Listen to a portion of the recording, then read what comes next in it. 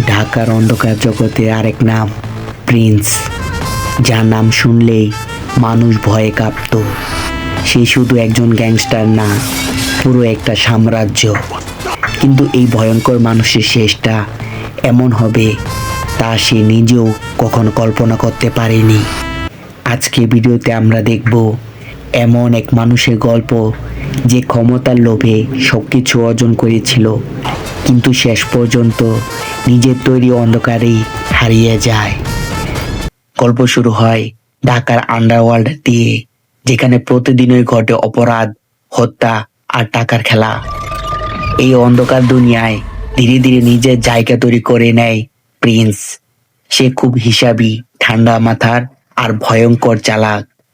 অন্যদের মতো ছোটখাটো অপরাধে সে সীমাবদ্ধ থাকে না। সে চায় পুরো শহরটাকে নিজের নিয়ন্ত্রণে নিতে। ধীরে ধীরে সে নিজের একটি গ্যাং তৈরি করে।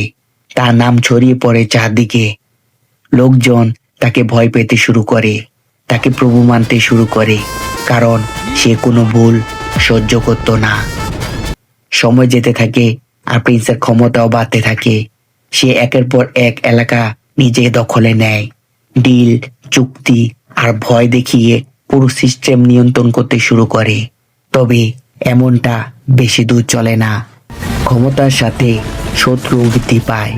তার আশেপাশের লোকজনই ধীরে ধীরে তার বিরুদ্ধে যেতে শুরু করে।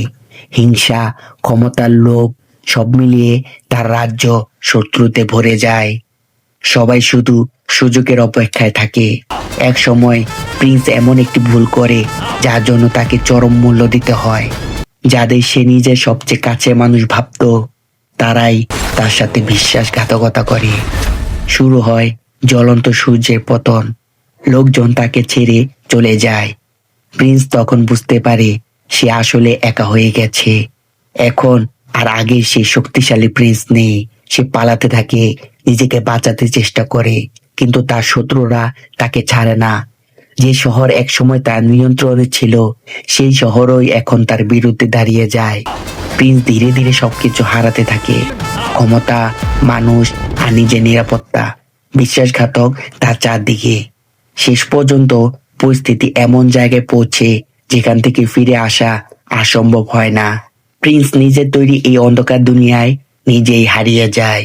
আর এখানেই শেষ হয় এক ভয়ঙ্কর গ্যাংস্টার প্রিন্সের গল্প।